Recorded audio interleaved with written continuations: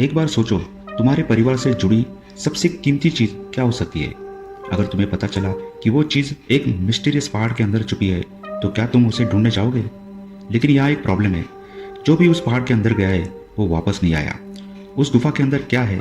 जो लोग उस खजाने को ढूंढने गए उनका क्या हुआ? यही सब आज हम एक एडवेंचर मूवी में देखने वाले हैं। इस मूवी का नाम है फाइंडिंग ओहाना। तो चलो बिना टाइम वेस्ट किए स्टोरी शुरू करते हैं। मूवी की शुरुआत न्यूयॉर्क सिटी से होती है। यहाँ कुछ बच्चे एक एडवेंचर गेम में पार्टिसिपेट कर रहे होते हैं। इस गेम में कुछ चीज़ें छुपाई जाती है और दिए गए क्लूज की मदद से उन चीज़ों को ढूंढना होता है। जो चीज़ें ढूंढ लेता है वही गेम जीतता है। फिर हमें पीली नाम की एक लड़की दिखाई जाती है। पीली बहुत ही इंटेलिजेंट है। वो दिए गए सभी क्लूज को समझकर छुपी हुई चीज़ें आसानी से ढूंढ लेती है। पीली का एडवेंचर यहीं से शुरू होता है। इसके बाद हमें दिखाया जाता है कि पीली की मम्मी लीना पीली और उसके भाई युवान को लेकर हवाई आती है। क्यों? क्योंकि लीना के पापा यानी पीले के दादा की तबीयत ठीक नहीं है, इसलिए वो उन्हें देखने के लिए आते हैं। फिर हमें पता चलता है कि पीली के पापा मिलिट्री ऑफिसर थे, लेकिन एक वॉर में उनकी मौत हो गई थी। यहाँ पीली और उसके भाई युवान हमेशा झगड़ते रहते हैं, क्योंकि ये भाई बहन कभी किसी बात पर सहमत नहीं होते। लीना दोनों को समझाकर एक दूसरे से माफी मंगवाती है और सबको शांत कर देती है। इसके बाद ये सब अपने दादाजी यानी कीमू से मिलने जाते हैं। कीमू यानी लीना के पापा। कीमू को किसी का ये मत करो वो मत करो सुनना बिल्कुल पसंद नहीं है। उन्हें आज़ादी से जीना पसंद है और वो अक्सर गुस्से में रहते हैं। फिर वहाँ आसपास के इलाके को एक्सप्लोर करना चाहती है। तभी उसे एक वैन दिखती है और वो वैन के अंदर चली जाती है। वैन में उसे पुरानी फोटोज और पेंटिंग्स मिलती है। पिली की मम्मी लीना को इस जगह से बहुत लगाव है। जब पिली आसपास घूम रही होती है तभी उसे एक डायरी मिलती है। ये डायरी मंक्स नाम के एक व्यक्ति की है और उसमें एक छिपे हुए खजाने का जिक्र किया गया है। पहले से ही पिली को ऐसे एडवेंचर्स गेम्स में बहुत इंटरेस्ट होता है, तो वो इस डायरी को पढ़ने लगती है। तभी वहाँ कीमो आ जाते हैं। पिली डर जाती है और डायरी लेकर बाहर भागती है। बाहर गैस्पर नाम का एक लड़का उसे देख लेता है। गैस्पर असल में कीमो का दोस्त है और उन्हें देखने आया है, लेकिन वो डायरी के बारे में कीमो को कुछ नहीं बताता और चुपचाप रह जाता है।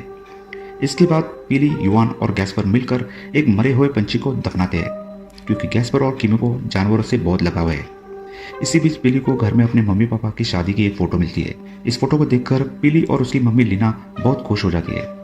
रात को पीली वैन में मिली डायरी पढ़ने लगती है।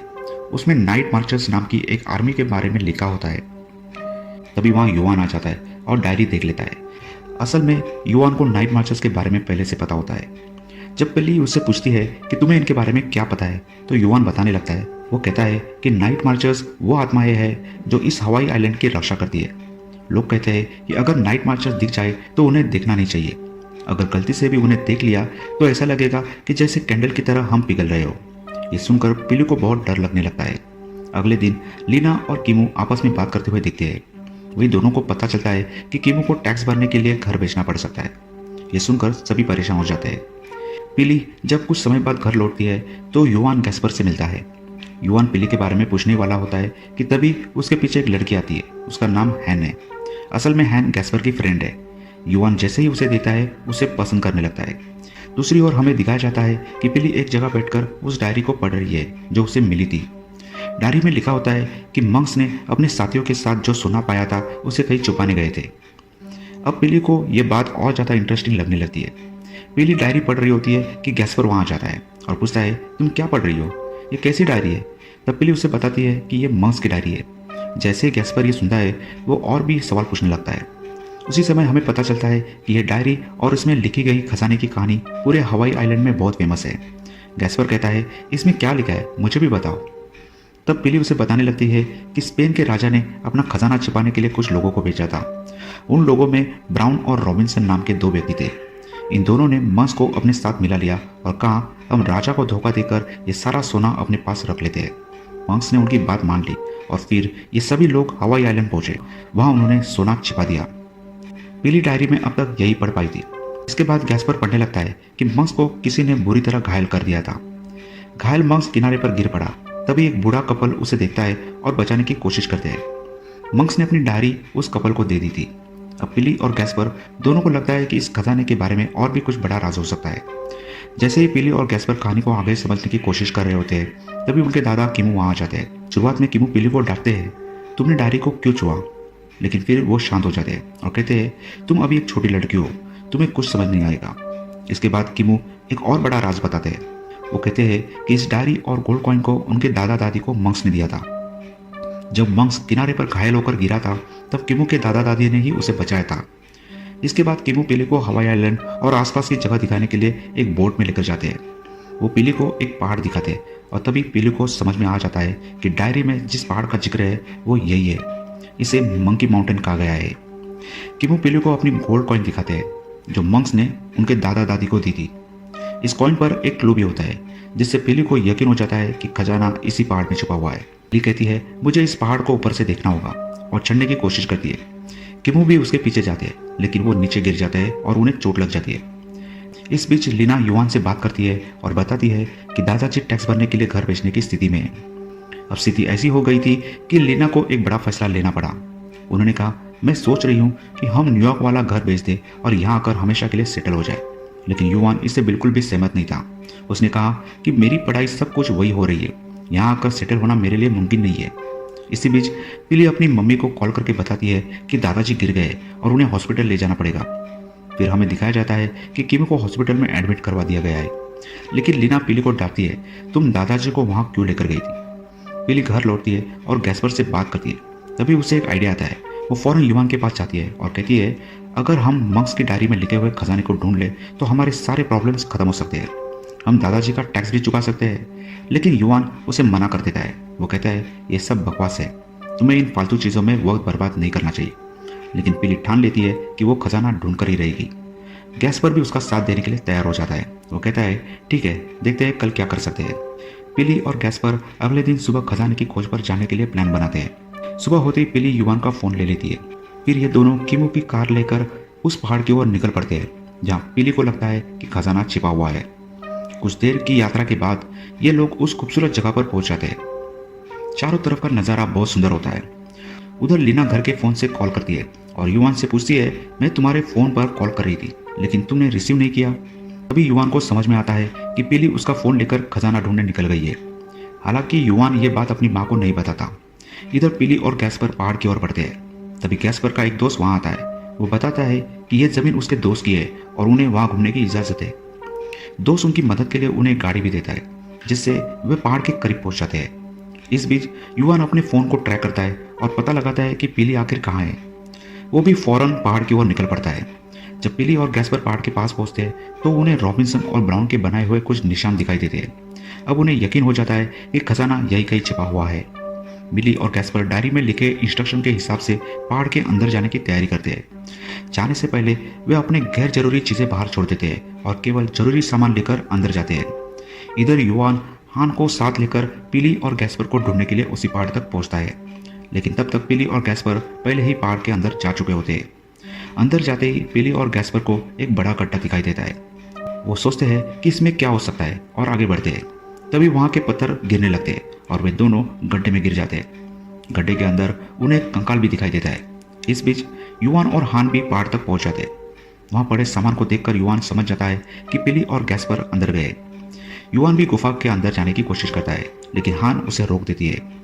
हान कहती है हवाई के लोगों की मान्यता है कि ये पहाड़ पवित्र है। इन जगहों को मृतकों का सम्मान देने के लिए इस्तेमाल किया जाता है। हमें यहाँ नहीं जाना चाहिए। लेकिन युआन जवाब देता है पिली और गैस्पर को ढूंढना जरूरी है, वे अंदर फंसे हो सकते हैं। हान आखिरकार मान जाती है और दोनों गुफा के अंदर जाने का फैसला करते हैं। इसका मतलब है कि उन्हें गुफा के अंदर जाना ही होगा क्योंकि और कोई रास्ता ही नहीं है। अंदर पिली और गैस्पर को एक कंकाल के पास एक सोने की अंगूठी मिलती है।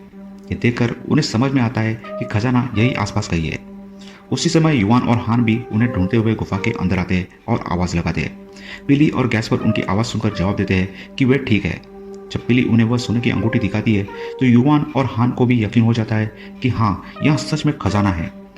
तभी पता चलता है कि पिली के पास लाया गया फ़ोन अब काम नहीं कर रहा है। अब और कोई ऑप्शन न होने पर युआन और हान भी उसके साथ गुफा के अंदर और गहराई में जाने का फैसला करते हैं।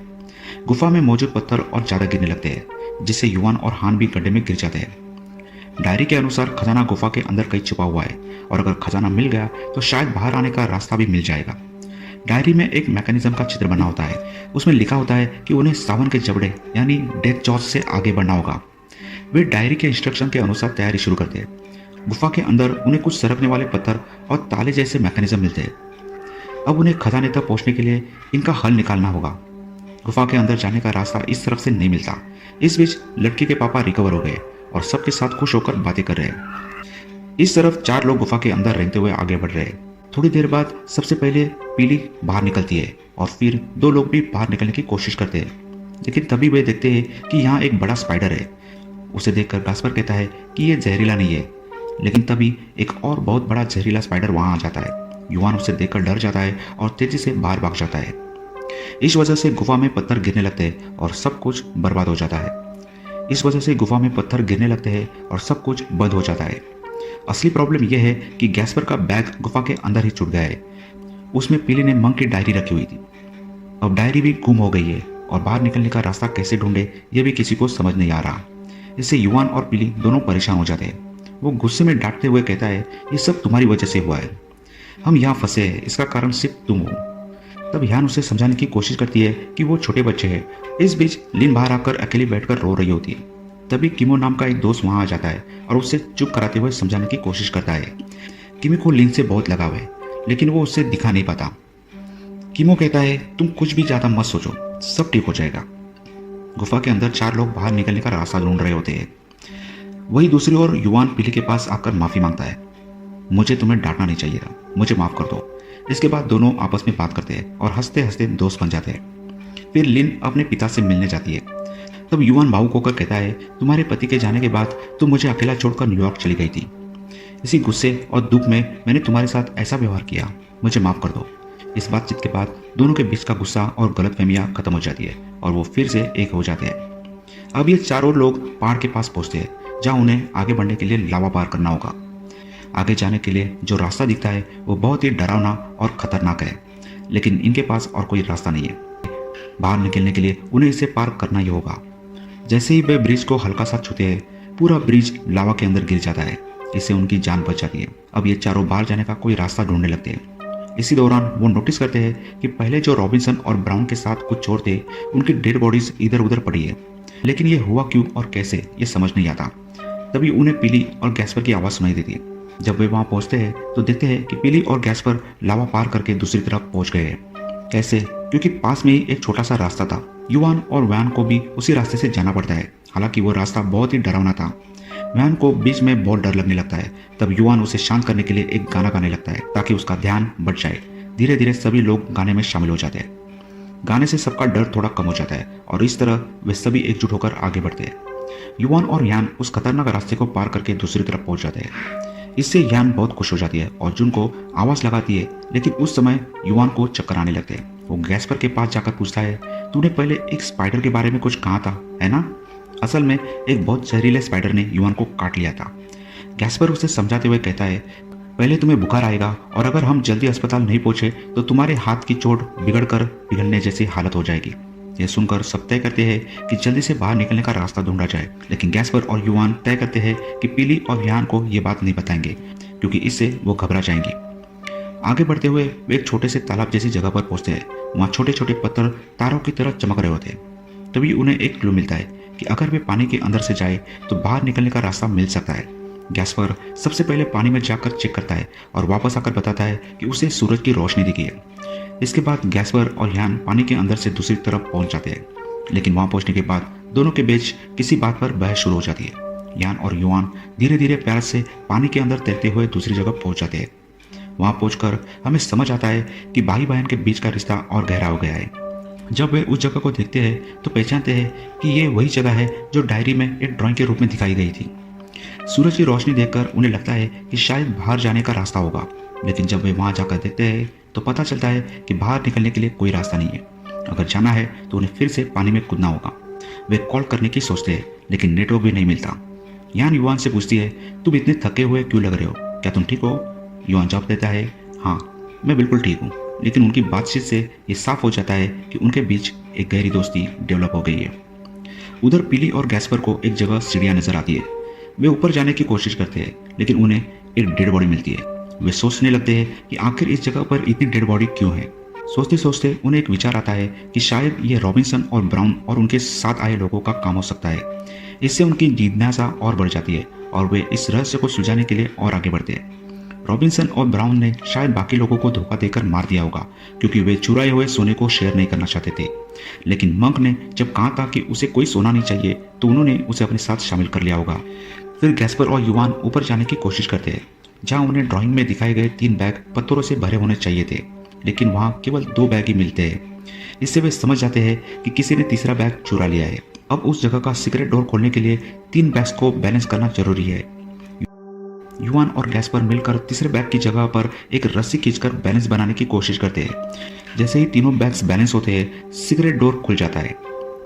जब वे सभी अंदर जाते हैं तो उनकी उम्मीद से भी ज्यादा सोना वहां होता है। इसे देखकर वे सभी बहुत खुश हो जाते हैं। कुछ देर तक कोई कुछ नहीं बोल पाता, क्योंकि वे सभी हैरान और उत्साहित होते हैं। इस बीच लिन युआन के फोन से कॉल करने की कोशिश करती है, लेकिन फोन कनेक्ट नहीं हो पाता। जब वे लोकेशन चेक करते हैं तो उन्हें पता चलता है कि वे कॉला रांच नाम की एक जगह पर है। जैसे ही यह नाम आता है, किमी को समझ में आता है कि बाकी लोग किसी खजाने की खोज में थे। यहाँ दूसरी तरफ युआन, हैन और उनकी टीम जितना हो सके उतना सोना बैग्स में भरने लगते हैं। इस दौरान युआन और हैन के बीच की दोस्ती और गहरी होती नजर आती है। फिर सब सोना बैग्स में भरने के बाद एक शेल्फ की तरफ ध्यान देते हैं। उस शेल्फ पर उन्हें कुछ अजीब दिखाई देता है। जब वे करीब जाकर देखते हैं तो पता चलता है कि वहाँ एक कंकाल रखा है। इसे देखकर यान को याद आता है कि उसने पहले ही बताया था कि हवाई के लोगों की एक मान्यता है। उनके अनुसार मृतकों का सम्मान करने के लिए उनकी डेड बॉडीज को पहाड़ों या गुफाओं के अंदर रखा जाता है। यान समझ जाती है कि यह जगह एक समाधि है। यहाँ हर चीज पवित्र आत्माओं से जुड़ी है और इस जगह से कुछ भी लेना सही नहीं होगा।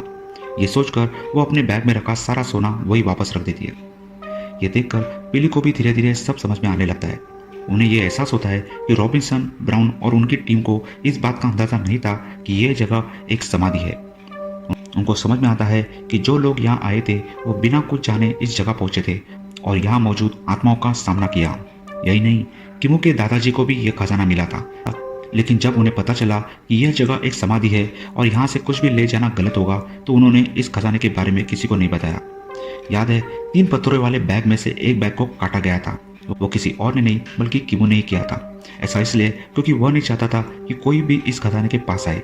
ये जानने के बाद पिली अपने बैग में रखा सारा सोना वही छोड़ देती है। गैस्पर भी उसके साथ अपना सोना छोड़ देता है, लेकिन युआन अभी सोना वापस रखने के लिए तैयार नहीं होता। वो कहता है, मैं इन आत्माओं को नहीं मानता। इस पर किमू लिन से कहता है, हमें बच्चों को बचाना है। वे उसी पहाड़ पर गए हैं जहाँ ये खजाना है और जहाँ पर पवित्र आत्माएं रहती है। तभी गुफा के अंदर से डरावने और जोरदार आवाजें आने लगती है। नीले रंग की आग चारों तरफ से फैलने लगती है और पूरी गुफा हिलने लगती है। ये देखकर सभी बहुत डर जाते हैं और फैसला करते हैं कि उन्हें सबसे पहले यहाँ से बाहर निकलना होगा। वे सभी झरने के पास पहुंच जाते हैं। तभी पिली को अचानक कुछ याद आता है। गुफा के अंदर जाकर पिली पत्थरों के बैग को काटकर उस मिस्टीरियस डोर को बंद कर देती है, ताकि वह खजाना फिर किसी को ना मिले। इसके बाद याना सबको बताती है कि पवित्र आत्माओं के आने का संकेत मिल रहे हैं। वह कहती है, कुछ भी हो, लेकिन कोई भी इन आत्माओं को मत देखना। अगर देखा तो हम सब मर सकते हैं। सभी सहमत होकर गुफा से बाहर निकलने की कोशिश करते हैं।